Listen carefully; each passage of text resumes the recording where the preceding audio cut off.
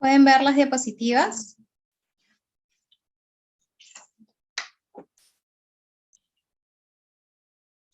Creo que ya estamos.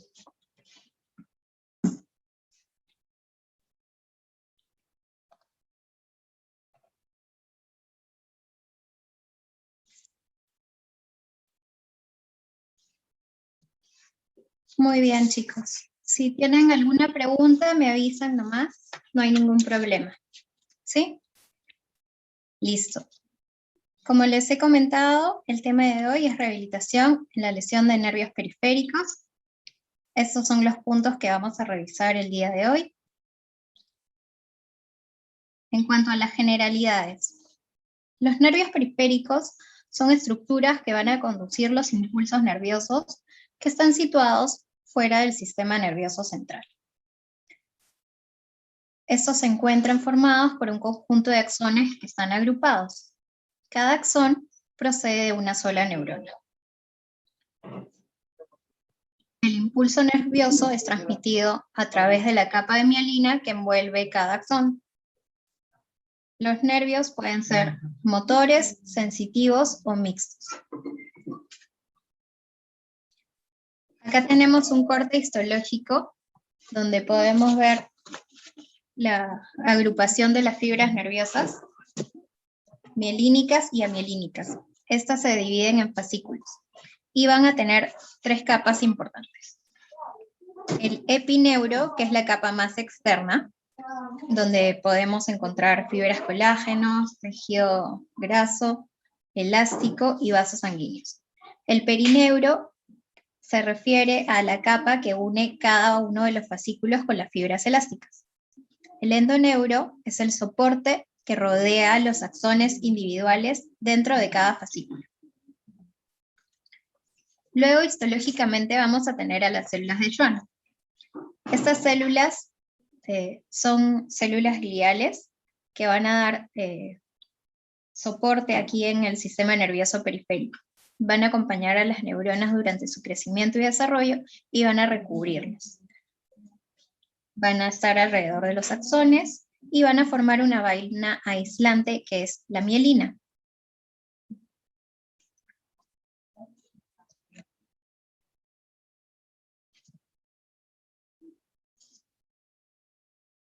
La mielina va a favorecer los procesos de neuroconducción. También existen, sin embargo, axones amielínicos, pero en estos casos el impulso nervioso se va a transmitir a través de corrientes iónicas. Luego también es importante recordar que existen diferentes tipos de fibras nerviosas. En general, tipo A, B y C, siendo las de tipo A las que tienen un subgrupo. Las alfa, que van a reconocer en el sistema musculoesquelético la propiocepción. Las beta, que se refieren al tacto y presión a nivel de la piel. Las fibras tipo gamma, que están a nivel del uso muscular en relación a la función motriz. Y las de tipo delta, que están relacionadas al dolor, al frío y parte del tacto a través de los mecanorreceptores y nociceptores. Luego, las tipo B tienen conexión autonómica, simpática y preganglionar, y las fibras C son no mielínicas. Aquí tenemos como ejemplo los mecanorreceptores que inervan para dolor, temperatura, nociceptores simpáticos y a nivel preganglionar, como es el arco reflejo. ¿En qué se diferencian estos tipos de fibras nerviosas? ¿Cuál es su punto de inervación? Las características en relación al diámetro y la velocidad de conducción del impulso nervioso.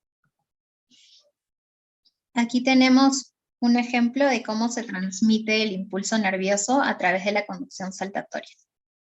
¿No?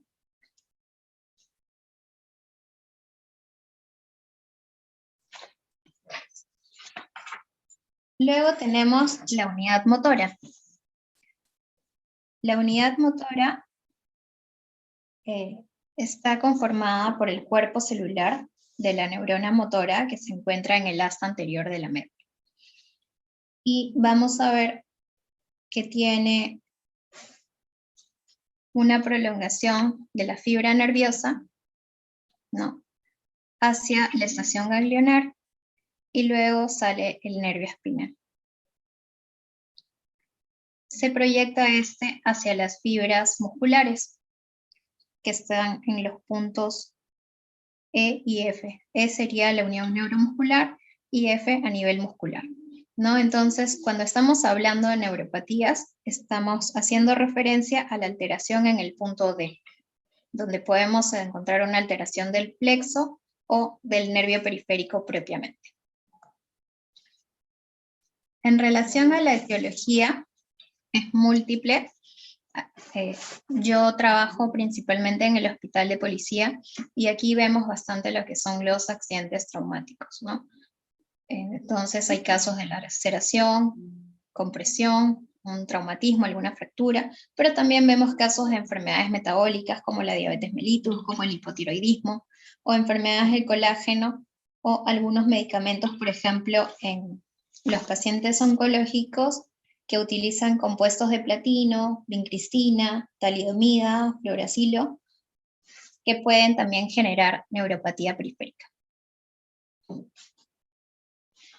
Luego también es importante recordar de Colux, que de acuerdo a su clasificación, él pudo identificar cuáles son los traumatismos epifisiarios y diafisiarios que tienen una consecuencia a nivel periférico. Esto quiere decir que dependiendo del lugar de la lesión, se evidenciaba clínicamente una alteración específica. Por ejemplo, una fractura a nivel de la clavícula o un traumatismo del hombro tiene como consecuencia una parálisis braquial. Una luxación del hombro y fractura a nivel del cuello humeral produce una lesión del nervio circunflejo, también conocido como nervio axilar. La fractura diafisiaria del húmero va a producir una lesión del nervio radial. La fractura a nivel supracondilio del húmero va a producir lesión del mediano. Una fractura a nivel del cóndilo interno y de la epitróclea puede producir una lesión del nervio cubital. Una fractura y luxación a nivel del carpo va a producir una lesión del nervio mediano. La luxación de la cadera con fractura o no cotiloidea puede generar daño del nervio peroneo común. ¿Sí? ¿Hasta ahí alguien tiene alguna duda? ¿Todo claro? Muy bien. Entonces, en relación a la fisiopatología, vamos a hablarlo de manera general. Por ejemplo, vamos a tener un traumatismo o una presión de manera continua a nivel del nervio periférico. Entonces, esto va a alterar la conducción, ¿no?, el impulso nervioso a través del nervio periférico. Cualquiera sea la causa que haya dañado el axón, la vaina de mielina, puede generar lo que se conoce como degeneración walleriana. ¿Ya? Si se produce un daño de mielina, clínicamente se va a traducir como un déficit motor y sensitivo y esto puede resolver.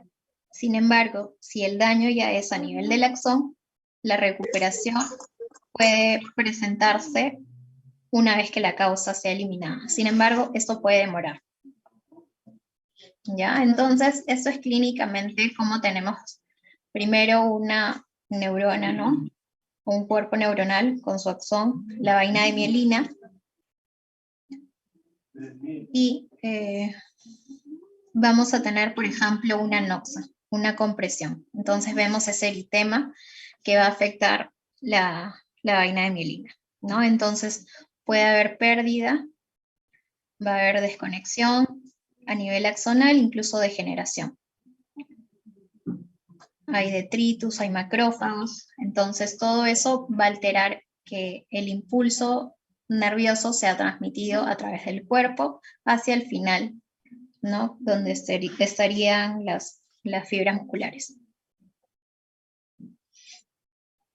Esta degeneración walleriana y regeneración nerviosa, vamos a ver que tiene unos pasos, unos procesos, dependiendo de qué tan grave sea la lesión o el compromiso, ¿no? Entonces, inicialmente vamos a ver que esta es la soma ¿no? La parte del núcleo celular de la neurona, y tenemos que está indemne tanto la parte de la mielina como la parte del axón, en la letra A, que es normal. En la letra B identificamos el fragmento distal del axón de mielina, ¿no? En el que hay una sección a nivel de la fibra. Entonces se produce proliferación de las células de Schwann, que como hemos visto, estas son las células que van a estimular la producción o la producción de la vaina de mielina para que se pueda transmitir el impulso nervioso. Entonces estas células proliferan, ¿no? Básicamente a nivel del fragmento distal. Y los macrófagos van a fagocitar los desechos.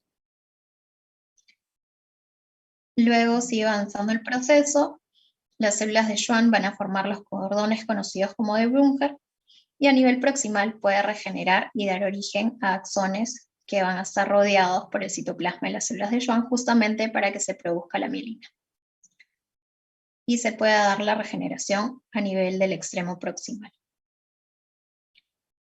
Luego vamos a tener en la letra E la conexión del axón con la periferia, ¿no? Que va a haber maduración de estas fibras nerviosas, y los axones que no se van a unir a un efector, ¿no? Van a desaparecer. La reinervación entonces puede darse por dos mecanismos. Tenemos aquí que, por ejemplo, la parte negra es una neurona, ¿no? Un cuerpo neuronal que se va a conectar a una fibra muscular. Y tenemos en marrón otra célula, sin embargo, esta sufre un daño, ¿no? Una lesión. ¿Cuáles son los mecanismos de reinervación? En el que vemos de verde es por un brote, ¿no? Es decir, que la célula que está normal, la célula neuronal que está normal, a nivel del axón se produce como un brote, una elongación, para llegar a tener un efecto sobre la fibra muscular que actualmente no tiene quien la comande, ¿no? Y el otro ejemplo, o la otra opción, es a través de la regeneración de la fibra, es decir, esta misma neurona marrón, que inicialmente sufrió una lesión, se regenera y la vemos acá de color lila. Y puede tener un efecto motor o sensitivo, dependiendo del tipo de nervio, la fibra muscular, ¿no? Este es un pequeño video, ¿no? Entonces vemos la noxa, se produce el daño, el corte o la lesión, se da el proceso de la degeneración walleriana a nivel in situ para buscar la reparación, ¿no? De esta parte axonal. Los procesos son a nivel distal y proximal, ¿no? Entonces se produce la regeneración del axón. Los macrófagos ahí también tratan de limpiar todos los desechos, ¿no? Toda la mielina que ya no sirve tiene que ser degradada.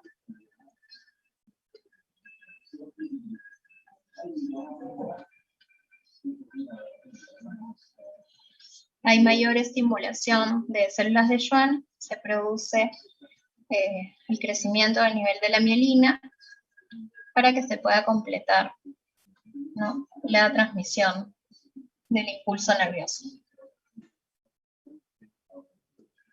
Listo. La clasificación, vamos a tener que una de las clasificaciones más utilizadas es la de Sedón. Entonces aquí les he colocado, chicos, unos esquemas donde podemos ver también histológicamente cuáles son las capas, ¿no? Endoneuro, perineuro, epineuro, ¿no? Como recuerdan, el epineuro es el más externo, al medio tenemos el perineuro, y luego tenemos el soporte, que es el endoneuro, ¿no? Entonces, ahí tenemos que en el tipo 1, que es la neuropraxia que es equivalente en la clasificación de Sedón a la lesión tipo 1 en la clasificación de Sunderland, vamos a tener que existe un bloqueo temporal de la conducción nerviosa. No se altera anatómicamente el nervio, no hay degeneración walleriana. Por eso se dice que puede haber una recuperación espontánea o rápida luego de que cese el estímulo, ¿no? Un ejemplo bastante común es que se queden dormidos presionando sobre el brazo, ¿no? Entonces, esto se recupera, se conoce como un bloqueo fisiológico. En algunos casos, dependiendo del estímulo, cuánto tiempo ha pasado, puede demorar algunos meses. Sin embargo, en líneas generales se dice que esto puede pasar muy pronto. Luego tenemos en la clasificación de Sedón los casos de axonotmesis. Aquí sí ya podemos identificar que hay una alteración anatómica y degeneración del nervio, ¿no? Hay una degeneración walleriana. Entonces, aquí ya ven estos puntitos, ¿no? En la parte del axón, y esto quiere decir que hay una discontinuidad a nivel axonal, ¿ya? Esto sí habla de que hay una recuperación, pero esa recuperación puede ser lenta y en algunos casos incompleta. Hay que considerar cuál es el nervio afectado, que el crecimiento axonal es de 1 milímetro por día, ¿ya? Luego tenemos que hay, digamos, algunos estadios más avanzados, donde ya no solamente compromete el axón, sino también el endoneuro, ¿no? Que sería la tercera figura. Aquí ya vemos que hay recuperación espontánea, pero es parcial. Y también podemos identificar algunos casos en los que incluye la lesión en el perineuro. En estos casos es muy poco probable que se hable de una recuperación, por lo menos no de manera espontánea. En algunos casos puede requerir una opción quirúrgica, ¿no? O un injerto. Y luego, en el tercer grado, que es la neurotmesis en la clasificación de Sedón, equivalente al grado 5 de la clasificación de Sunderland, se habla de compromiso a nivel del epineuro, es decir, ya todas las capas están comprometidas, ya ha habido una sección a nivel del tronco, ¿no? Y aquí sí ya no se habla de ninguna recuperación espontánea y los casos de recuperación sí requieren una opción quirúrgica. El cuadro clínico va a depender de cuál sea el nervio afectado.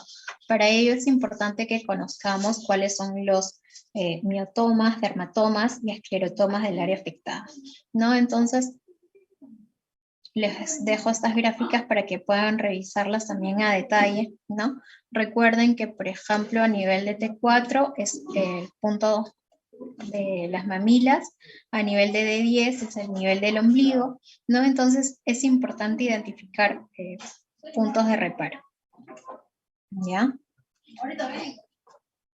Luego aquí les dejo también para que puedan identificar que hay, dependiendo de la localización de las molestias del paciente, ¿no? Por ejemplo, si es a nivel de miembros superiores, hay ciertos músculos que pueden presentar alguna sintomatología específica y esto estará asociado a una lesión de nervios específicos, ¿no? Ya sea de un solo nervio, que es muy poco probable, pero en algunos casos se habla de una inervación troncular o radicular, ¿no? Eso hay que diferenciarlo clínicamente dependiendo del grupo muscular afectado. Entonces aquí les dejo para que revisen lo que es a nivel de miembros superiores y miembros inferiores. ¿Ya? Entonces, los síntomas que refiere el paciente pueden ser motores, sensitivos o autonómicos. A nivel motor, el paciente puede referir un hormigueo, que son las parestesias, ¿no? O disminución, por ejemplo, o pérdida de los reflejos osteotendinosos, disminución o ausencia de la contracción muscular, hipotrofia o atrofia muscular. Pueden presentarse deformidades o adherencias entre los tendones adicionalmente. A nivel sensitivo puede presentar pérdida de las sensaciones cutáneas y propioceptivas, ¿no? Zonas en las que el paciente siente pero disminuido, que se conoce como una hipoestesia o disestesia, o que no sienta nada, anestesias.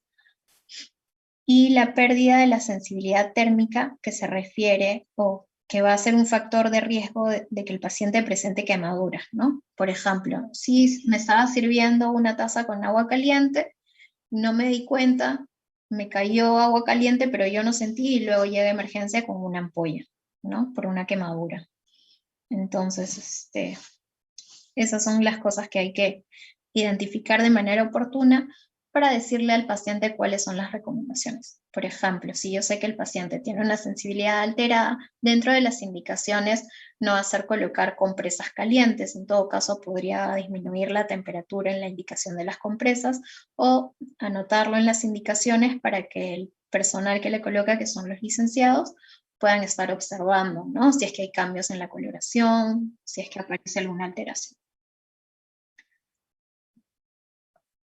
Y en relación a los síntomas autonómicos, básicamente nos referimos a alteración de los nervios simpáticos, disminución y pérdida de la sudoración. La piel puede tener cambios tróficos. Por ejemplo, inicialmente esta se torna escamosa, pero luego puede ser muy fina, muy delgadita y brillante, ¿no? Las uñas pueden verse quebradizas, puede presentarse úlceras por compresión, y puede también presentar alteraciones a las temperaturas de la piel, ¿no? Se dice que la recuperación puede darse en una razón de 1 a 1.5 milímetros por día, considerando algunos antecedentes como la edad del paciente, la distancia también de cuál es la lesión, ¿no? Si es que ha habido una fractura y esta ha sido expuesta, cuánto ha sido la distancia, cuánto ha sido el tiempo de la intervención, ¿no? Entonces, vamos a evaluar a través de diversas escalas dependiendo de cuál es el problema del paciente. Entonces, una escala que ustedes ya conocen es la escala de Daniels para evaluar cuál es la fuerza muscular, donde identificamos que una valoración de 5 es una fuerza muscular normal y un 0 es que no se evidencia movimiento, que ni siquiera un esbozo de movimiento del grupo muscular, ¿no? Hay una parálisis total. Otro aspecto que debemos evaluar son los reflejos osteotendinosos, ¿no? Entonces aquí evaluamos lo que son las vías ascendentes y descendentes. Aquí les voy a presentar una mnemotecnia para que puedan recordar los más importantes. Entonces, ¿cómo clasificamos en la evaluación o cómo describimos en la evaluación los reflejos? Si es que están presentes de manera normal, se cataloga un nivel 2, ¿no? O colocarlo como 2 cruces. Para los que no presentan reflejos, colocarlo en 0, que no hay respuesta. Y, por ejemplo, si este reflejo es muy exagerado, le colocamos 4 cruces, ¿no? Que puede también estar asociado a clonus, ¿no? Y normalmente estos casos están asociados a una espasticidad, ¿no? Pero bueno, aquí estamos describiendo puntualmente la parte de los reflejos. Esa es la mnemotecnia que quería presentarles, que es de los reflejos más comunes. Acuérdense, árbitro. La palabra árbitro tiene 8 letras. Entonces colocan de esa manera, árbitro, la O ya no la colocan. Y luego, por ejemplo, ¿no? La A se refiere a la raíz S1. Cuando uno evalúa, por ejemplo, el reflejo rotuliano, estamos evaluando las raíces L2, L3, L4. Cuando evaluamos el reflejo bicipital, estamos evaluando las raíces C5, C6. Cuando evaluamos el tricipital, nosotros estamos estudiando las raíces C7, C8, ¿no? Entonces es en ese orden. 1, 2, 3, 4, 5, 6, 7, 8, ¿no? Hacia el lado de las raíces y en la palabra árbitro hacia abajo. ¿Sí? Entonces ahí tenemos cuáles son los reflejos. Y aquí también les he puesto algunos esquemas de cómo identificar o cómo poder evaluar los reflejos, ¿no? Por ejemplo, uno que sí es importante que sepan, ¿no? Evaluarlo, el reflejo rotuliano, ¿no? Ahí el paciente tiene que estar en una posición sentada con una extensión mínima de rodilla, al menos de unos 15 grados, y se se estimula con el martillo de reflejos, y aquí estamos evaluando las raíces L2 a L4. ¿Sí? Y ahí tenemos también los otros, por ejemplo, el aquilio, que el paciente tiene que estar de rodillas sobre la camilla, con los pies que están colgando en la parte posterior, ¿no? Con una mínima flexión plantar. A nivel bicipital, las manos del paciente deben estar relajadas sobre el muslo, ¿no? Y el pulgar del examinador apretando por encima del pliegue. Y el reflejo en ese caso es más palpatorio, ¿no? En algunos casos, por ejemplo, el rotuliano sí es bastante frecuente de poder identificarlo visualmente. El tricipital también es un reflejo que es más palpable. Ahí, por ejemplo, el brazo está sujetado por el explorador con abducción del hombro a 90 grados y el antebrazo colgado. Sí, ahí evaluamos las raíces C7, C8. Otro reflejo que también evaluamos en la práctica es el estilo radial, también conocido como supinador. Aquí evaluamos las raíces C5 y C6, pero está fuera de la tabla porque no está dentro de la mnemotecnia de árbitro. Aquí el antebrazo del paciente está apoyado sobre el muslo y parcialmente supinado. El pulgar o los dedos se encuentran apretando la cara radial proximalmente al pliegue de la muñeca. Sí, entonces, como recuerdan, una importante escala para valorar también la fuerza muscular es la de Danvers. Y otra que ahorita les voy a presentar es la de British Medical Research Council. Y esta acá valora del 0 al 5, también utiliza los signos más y menos, ¿no? Dependiendo de la experiencia del examinador, ustedes pueden colocarle este signo, aunque algunos todavía no lo aceptan mucho, ¿no? Que haya como un intermedio, una valoración intermedia. ¿No? Entonces aquí también el 0 es cuando no hay movimiento, no hay contracción, que sería equivalente al 0, una parálisis total. Y la valoración de 5, en la que la fuerza es normal, la resistencia manual es máxima. ¿Sí? El grado 3 es una valoración o una categoría intermedia, ¿no? Que el movimiento es posible en toda su amplitud y contra la fuerza de gravedad. Si bien las escalas son una manera que podría variar entre observador y observador, o examinador y examinador, existe una prueba más objetiva, que es la dinamometría, ¿no? Entonces, aquí tenemos al paciente que está sujetando el dinamómetro y está en una posición sentada con el brazo al lado del cuerpo, el hombro en rotación neutra, el codo flexionado en una pronosupinación y la muñeca a 30 grados en extensión. Entonces el paciente presiona lo más fuerte que pueda durante al menos 10 segundos y se le registran los valores y se toma como referencia el más alto. Entre cada toma y toma debe de haber un descanso de 20 segundos como mínimo, ¿ya? Y se puede ir alternando para que el miembro que se está evaluando pueda tener un periodo de descanso, ¿ya? Esa es para la primera figura. Y en la segunda figura lo que tenemos es la evaluación de la pinza término lateral del primer con el segundo dedo. Se mide colocando el medido de la fuerza digital entre el pulpejo y el borde radial de la segunda falange del índice. Vean, la posición del paciente es similar a la anterior, ¿no? Entonces también se le pide al paciente que realice esta maniobra. Por ejemplo, primero mano derecha, luego mano izquierda, luego mano derecha, luego mano izquierda, y otra vez hasta que sean 3 veces por cada lado, y se toma la medida de mayor valor. Sí, estas ya serían medidas objetivas. En la práctica no son todos los hospitales que cuentan con esos aditamentos, pero es importante que también conozcan que existen esas opciones. ¿Sí? Luego podemos evaluar también la sensibilidad. Esta es una de las escalas Zachary modificada por Dellon.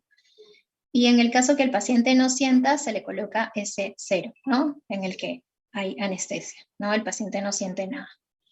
Y tenemos el extremo, que es S4, donde sí hay una sensibilidad vibrotáctil que es normal, que discrimina los dos puntos, ya sean móviles o estáticos, también con una distancia corta. se categoriza como S4. ¿Sí? Si el paciente tiene alguna alteración, alguna disestesia, ahí estaríamos catalogando como un S2. ¿Sí? S2 más. También existen otras pruebas para sensibilidad, que son la estesiometría con el estesiómetro de Siemens-Wilson, que se aplica sobre la piel. Este de acá es un monofilamento. Entonces, este monofilamento se aplica una fuerza que pueda generar una curva, ¿no? Como ven, acá se hace una curva. Y el paciente debe de poder identificar, ¿no? En el dermatoma de la raíz del nervio periférico que se está evaluando. Esta es para la primera figura. Y para la segunda figura, aquí lo que tenemos es la aplicación realizada también, como ven aquí hay como una franela, ¿no? Que es para evitar lo que es que el paciente esté observando, ¿no? Entonces aquí hablamos de que se retira el control visual y se aplica también el estímulo para ver si puede el paciente discriminar que se está evaluando la zona del nervio que se está estudiando. Entonces, dentro de la historia clínica debemos de describir si es que es un compromiso motor, sensitivo, autonómico o mixto, el tiempo de la lesión, ¿no? Si es que es agudo, subagudo, crónico. La mayoría de referencias hacen un corte a las 4 u 8 semanas. La localización, si es proximal o distal. La simetría, ¿no? Si es que es localizado, si es generalizado, si es simétrico o asimétrico, ¿no? Por ejemplo, el paciente diabético tiende a tener las lesiones de manera simétrica, ¿no? Ascendentes que se conocen como en guante o en calcetín, ¿no? En semiología eso se revisa. Y luego el dolor, ¿no? Muchas veces puede asociarse a dolor o algún trastorno propioceptivo. El grado, ¿no? Si le permite hacer alguna actividad o no, ¿no? Si lo limita. Si es que también existen algunos desencadenantes o acompañantes, ¿no? Por ejemplo, está con algún medicamento o con algún proceso infeccioso, ¿no? Entonces, eso es importante describirlo. Entonces, vamos a revisar rápidamente algunas patologías. La parálisis facial, que ya ustedes posteriormente han revisado para el seminario y más tarde vamos a hablar de ello, ¿no? Ustedes saben que el nervio facial tiene 3 porciones, ¿no? Aquí tenemos clínicamente un paciente, cómo se identifica, ¿no? La simetría a nivel de la región frontal, ¿no? Puede asociarse incluso también de una tosis palpebral y un edema. Hay borramiento del surco nasogeniano, descenso de la comisura labial, ¿no? Y desviación del labio superior hacia el lado sano. Aquí tengo algunos pacientitos que he visto también. En la primera imagen es más evidente la parálisis facial y la segunda, bueno, es una paciente joven que si bien ha tenido ya una parálisis facial, ha sido leve y se le está aplicando agujas de acupuntura. Luego, aquí tenemos el plexo braquial, ¿no? Entonces es importante que ustedes revisen su anatomía, ¿no? Cómo está conformado este plexo, ya que los nervios salen pues, a través del agujero de conjunción y pueden diferenciarse también clínicamente algunas diferencias entre las lesiones, ¿no? Si es que son preganglionares, quiere decir que este mecanismo está más asociado a una avulsión o arrancamiento, que es más grave. Esto quiere decir que ha salido antes del agujero de conjunción, mientras que si son a nivel postganglionar, estas han sido tras el agujero de conjunción, ¿no? Y el mecanismo de lesión son principalmente disecciones o compresiones. Estas de acá pueden dividirse en supraclaviculares, que afectan a los troncos primarios, e infraclaviculares, que afectan a los troncos secundarios o a los nervios terminales del plexo. Sí, entonces, a nivel de miembro superior, ustedes ya saben cuál es la anatomía del nervio radial, saben que sensitivamente compromete las raíces de C5 a C8 y T1, que si hay una torcedura a nivel humeral puede verse afectado, ¿no? Entonces, clínicamente, este compromiso puede estar caracterizado por una mano caída o mano péndula en la que no hay extensión, ¿no? El compromiso sensorial está dado justamente, como vemos aquí, por el dorso radial en los 2/3 de la mano y el dorso, ¿no? En la mitad lateral del pulgar y el tercio proximal del dorso del segundo y tercer dedo, y en algunos casos la mitad del cuarto dedo. Se dice que puede recuperarse esto en algunos meses, ¿sí? Luego tenemos la lesión del nervio cubital. Este es un nervio cuyas raíces son C7, C8 y T1. Entonces, aquí, ¿qué es lo que tenemos? Que puede haber una alteración de la flexión del quinto dedo, abducción y aducción de los dedos, extensión interfalángica proximal y distal del cuarto y quinto dedo. La sensibilidad superficial, dolor y temperatura también puede estar afectada de la mitad de la palma y el dorso cubital y el dorso palmar sobre el quinto dedo y la mitad del cuarto. Puede también el paciente referir parestesias, ¿no? Recordemos que este es el canal de Bouillon por el cual discurre ese nervio. También clínicamente puede evidenciarse hipotrofia o atrofia muscular y la mano se encuentra así, ¿no? Mano en garra. También hay hipotrofia. ¿Ya? Luego tenemos el nervio mediano. Este nervio tiene sus raíces a nivel de C5 a C8 y T1.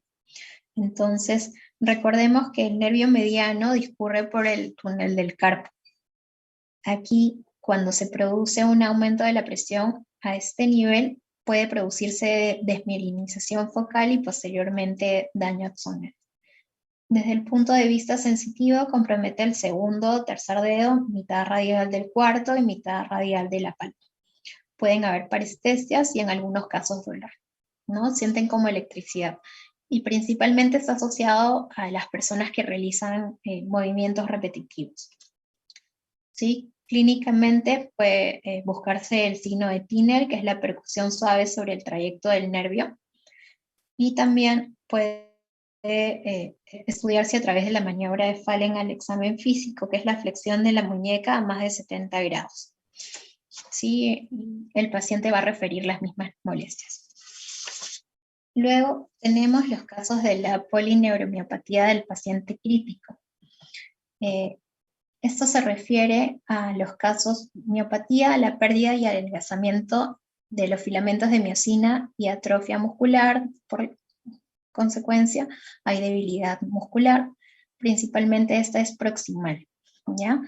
Y a nivel de la polineuropatía se refiere al compromiso axonal, tanto sensitivo como motor. Entonces, clínicamente hay debilidad distal y alteración de los reflejos, ¿no? Ya puede ser hiporreflexia o arreflexia. Entonces, el paciente refiere menor fuerza muscular. Y en las escalas que hemos visto se registra también, ¿no? Lo mismo. Por ejemplo, en los casos de paciente COVID, lo que tenemos es evidencia que hay también un proceso inflamatorio, atraviesa la barrera hematoencefálica, hay aumento de citoquinas, ¿no?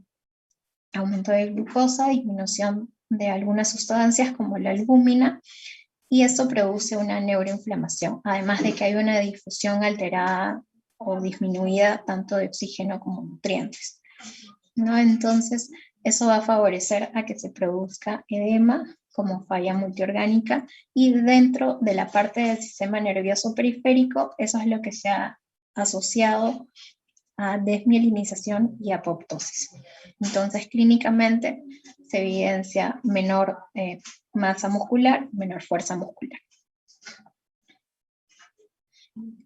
¿Cómo describimos al paciente en la evaluación? Como una debilidad cuadriparesia flácida, ¿no? Y generalmente suceden los pacientes, en este caso que les he comentado por COVID, que están en UCI, ¿no? Que tienen una insuficiencia respiratoria con falla de ventilación mecánica, con falla de destete.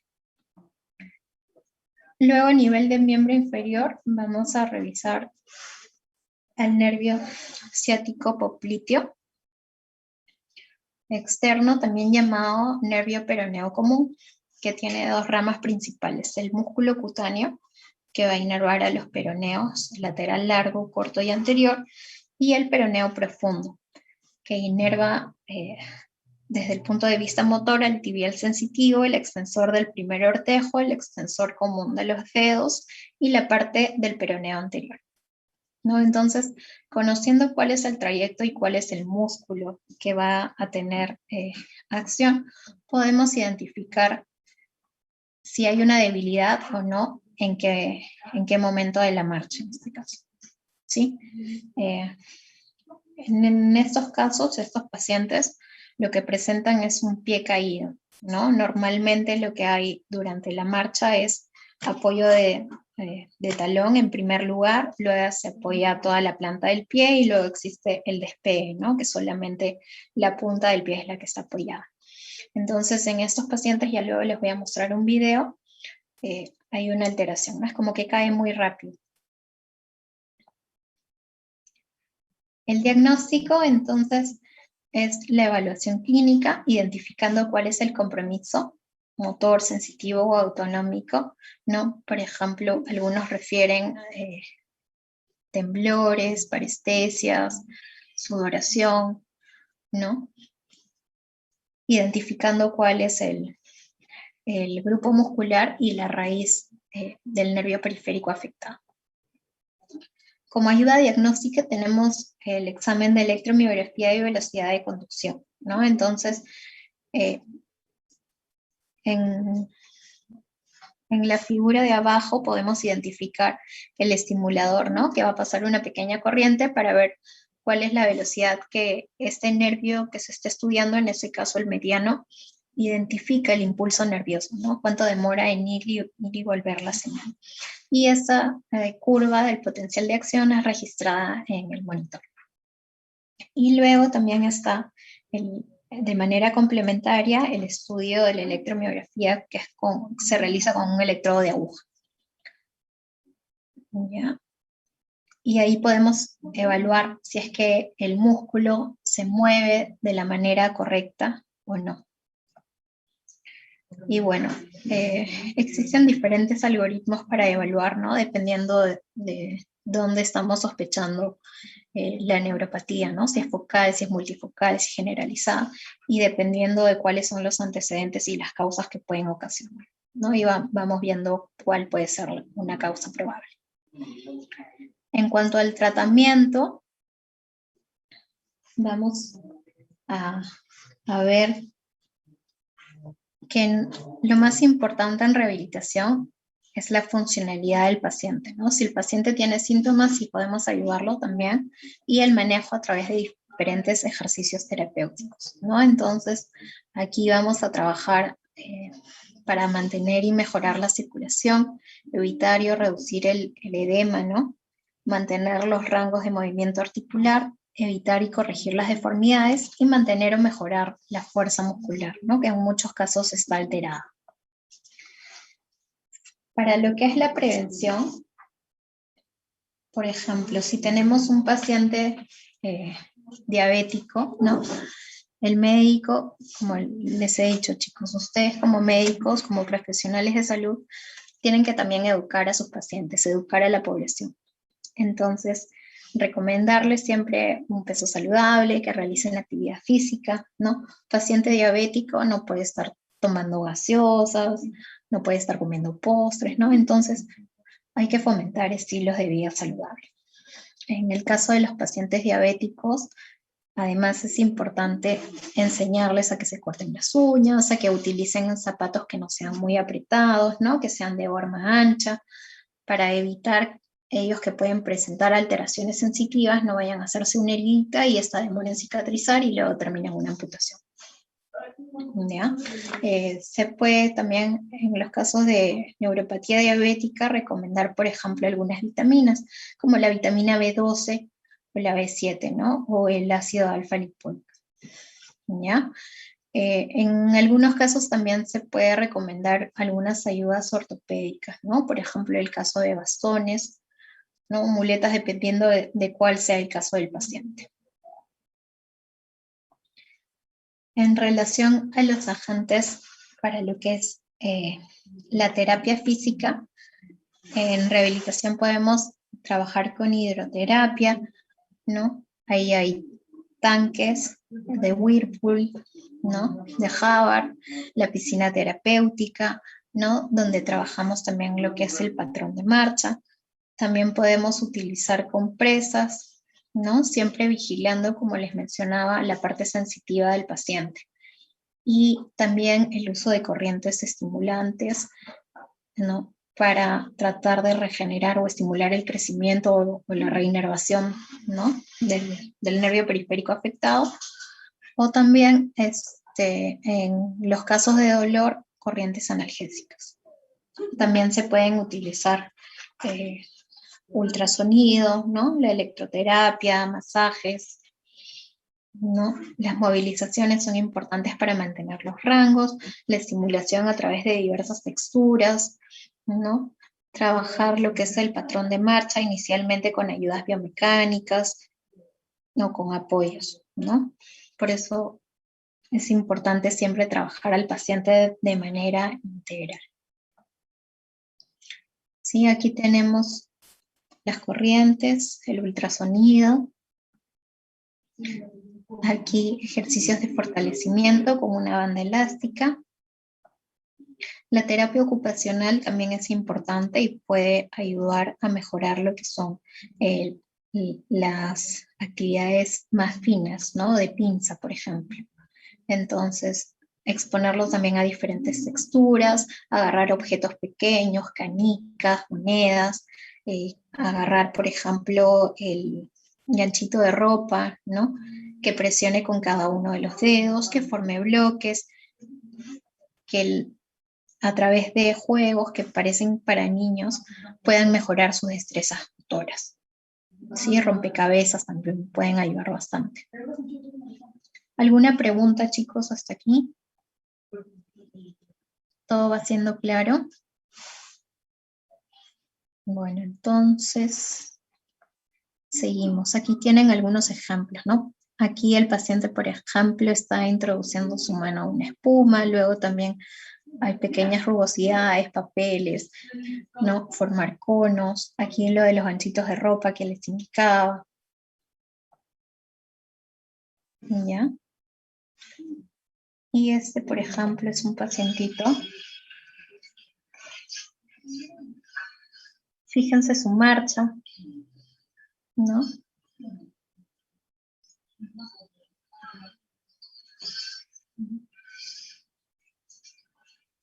Cae ligeramente más rápido el pie derecho, ¿sí?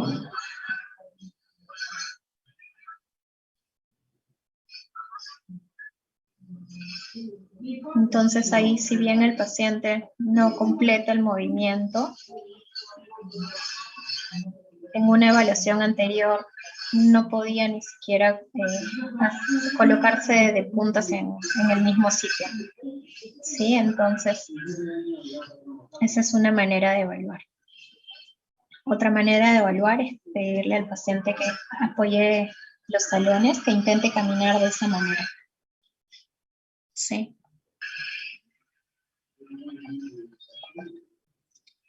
Y luego aquí tenemos el uso de las ortesis, ¿no? Las ortesis, el uso de pérulas o cabestrillos, pueden ser, por ejemplo, algunos OTPs estáticos o dinámicos, ¿no?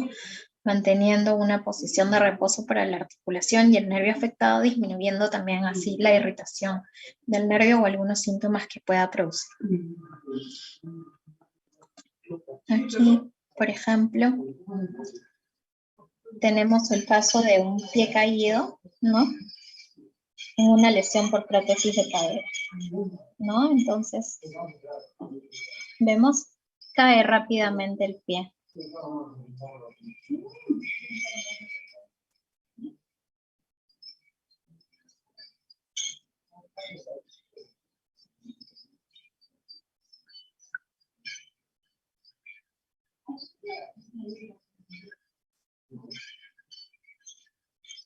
Sí, esa es la del pie caído, que es la lesión del nervio ciático popliteo externo.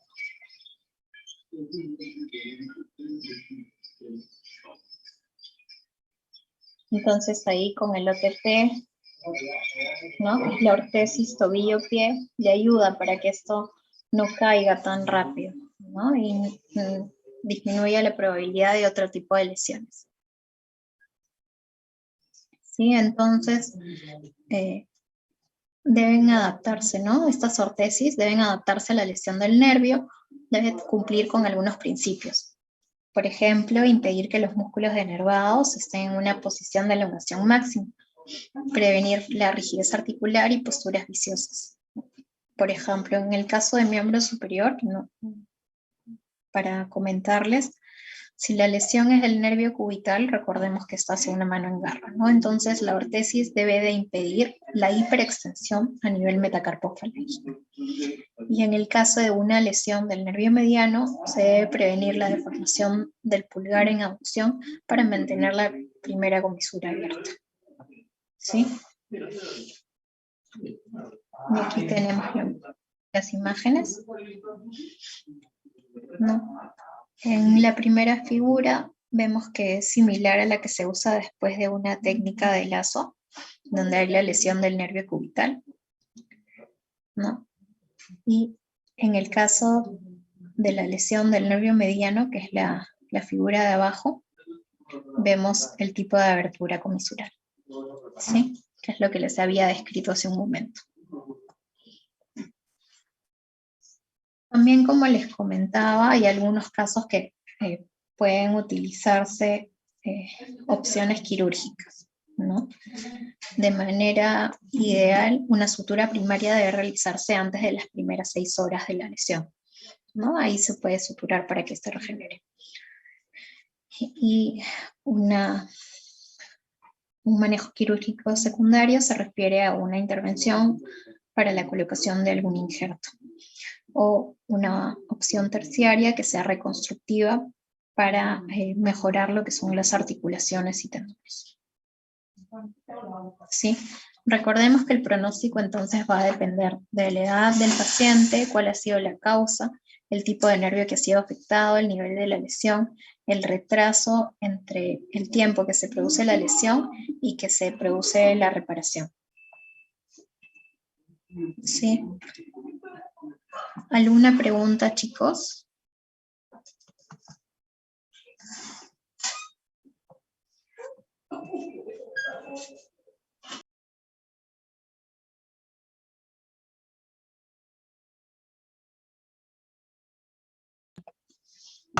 Doctora, una pregunta. Sí, dime. Disculpe, creo que explicó la parte de cómo hacer una recuperación en cierto grado de debilidad autonómica. No, no sé si la podría volver a explicar o... Gracias.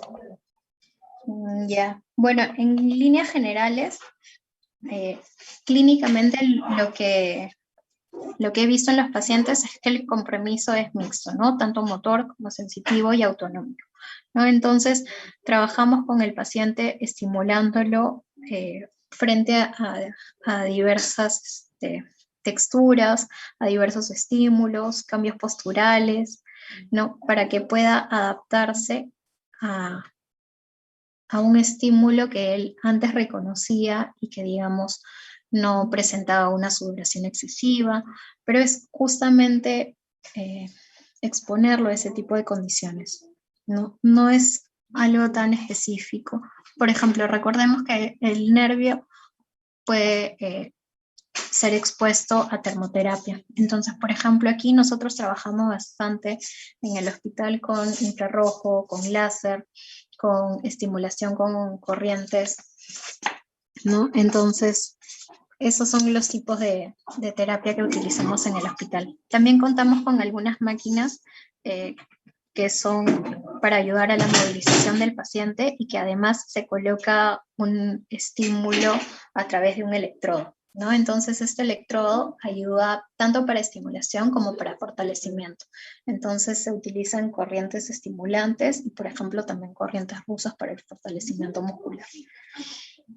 Pero eso es algo ya, digamos, más de la especialidad ustedes chicos, para cuando vayan a hacer sus serums, que es lo que más me interesa, es que puedan darle por lo menos las pautas, saber en qué momento referir al paciente, algunas recomendaciones que les puedan dar, ¿no? Básicas. Como han visto, hay algunos ejercicios que son sencillos, algunas cosas que se pueden adaptar en casa, ¿no? Por ejemplo, el uso de la pinza, ¿no? Con los dedos, que pueden utilizar canicas, por ejemplo, pasar de un envase a otro, ¿no? Con todos los dedos de la mano, utilizar los ganchos de ropa, ¿no? Esas son las cosas que a nosotros nos interesa que ustedes aprendan.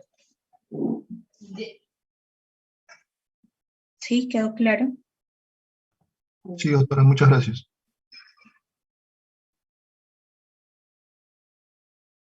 Muy bien, chicos. ¿Alguien más tiene alguna otra pregunta?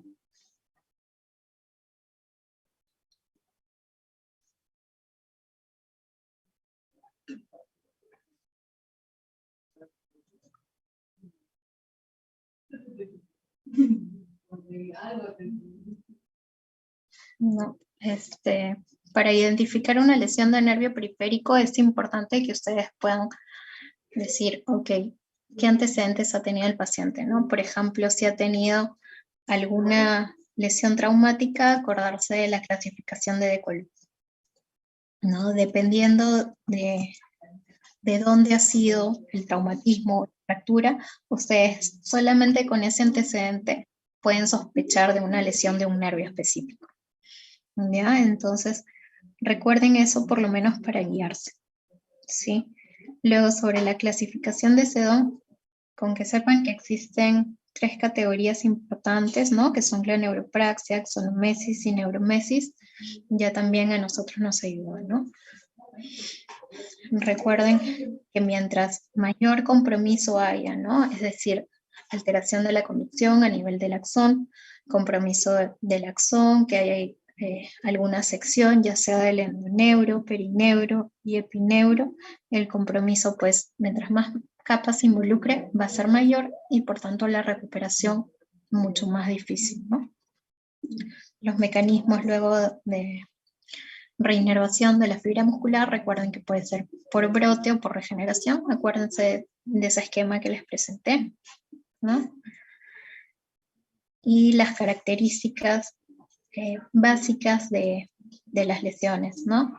Por ejemplo, cuando se dice una mano en garra, ¿no? Ustedes ya tienen que saber qué tipo de lesión es.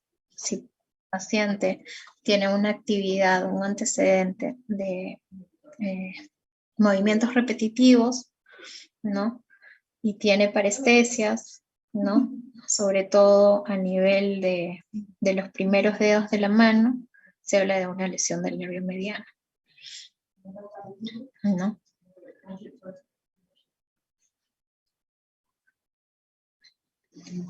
Por ejemplo, paciente con hipotiroidismo, ¿no? O en general las enfermedades metabólicas suelen tener por epidemiología mayor compromiso de lesión del nervio tibial. Eso también es importante que recuerden. Pacientes que han tenido antecedente de estar en UCI, que ahorita es bastante frecuente por el COVID, ¿no? Recordar los casos de polineuromiopatía del paciente crítico. Sí, el examen, que si bien algunos te piden una ecografía, una resonancia, una tomografía, lo que más nos ayuda para el pronóstico es la electromiografía y velocidad de neuroconducción. ¿Ya? Pero este es un examen que no es necesario que sea de manera inmediata, ¿no? Puede hacerse a partir de la 3ª semana. ¿Ya? Ustedes ya han revisado bien para el seminario que vamos a evaluarlo más tarde, cuáles son las características de la parálisis facial periférica, ¿no? Entonces, eso también es importante. ¿Qué lo diferencia de una central? Ya eso también se ha revisado antes.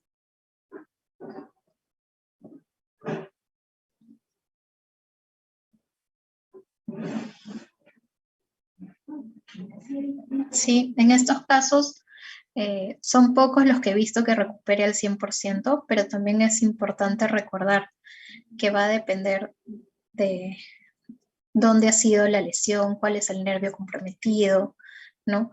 Que el nervio se recupera o crece en una razón de 1 a 1.5 milímetros por día, ¿no? Entonces eso también hay que comentarle al paciente para tampoco crearle falsas expectativas.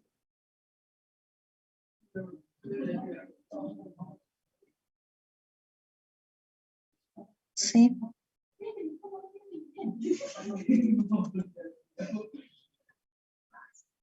Ya para que sepan y que puedan revisar ya más detalladamente los cuadros de la evaluación, ¿no? Que les va a ayudar ya para cuando se revise la clase de lesión medular.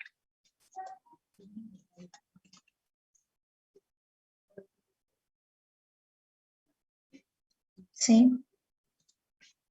Muy bien, chicos. Creo que no hay más preguntas. ¿O alguien tiene alguna otra pregunta?